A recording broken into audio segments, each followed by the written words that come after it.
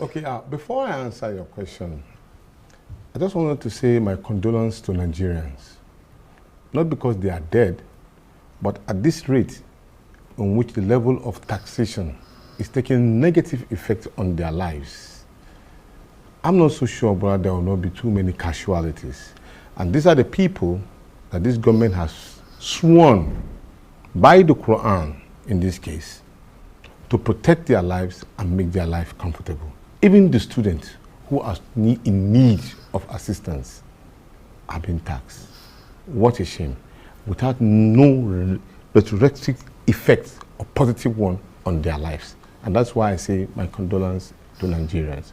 Now, going back to your words,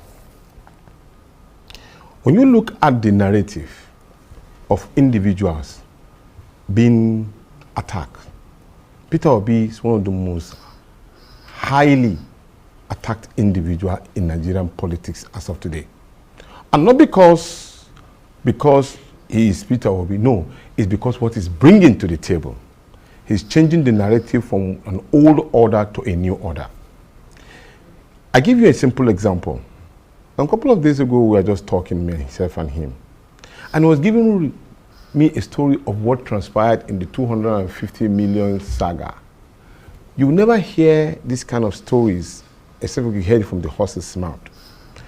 And I was amazed because I've been with him for quite a long period of time, but in the way he narrates the story, it shocks me that such an information is not in the public domain. Do you know that because people want to label him with those kind of funny narrative, they were crouching that it was a $250 million.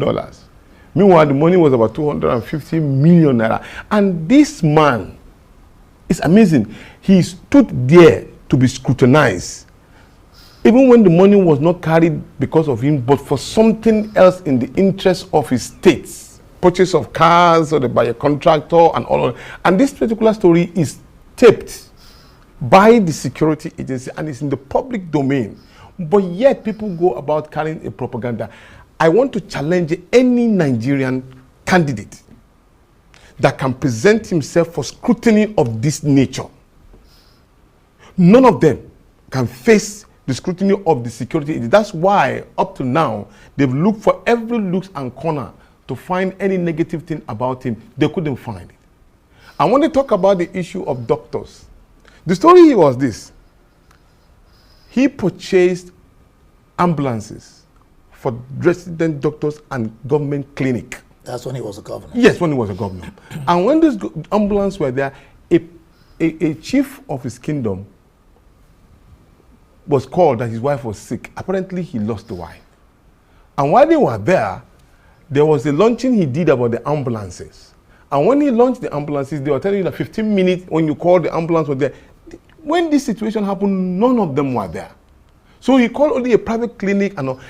This is a man who hates incompetency, and this is what we are not used to in Nigeria. Yunusa, I've watched I'm giving you this story so that you can understand the level of lies and propaganda that will not stick on him. It will not stick. It's just like you putting butter on a plain hot skin. You see, it just melt and then go away. That is the quality of what you see in oil and water. Yeah. That never mix.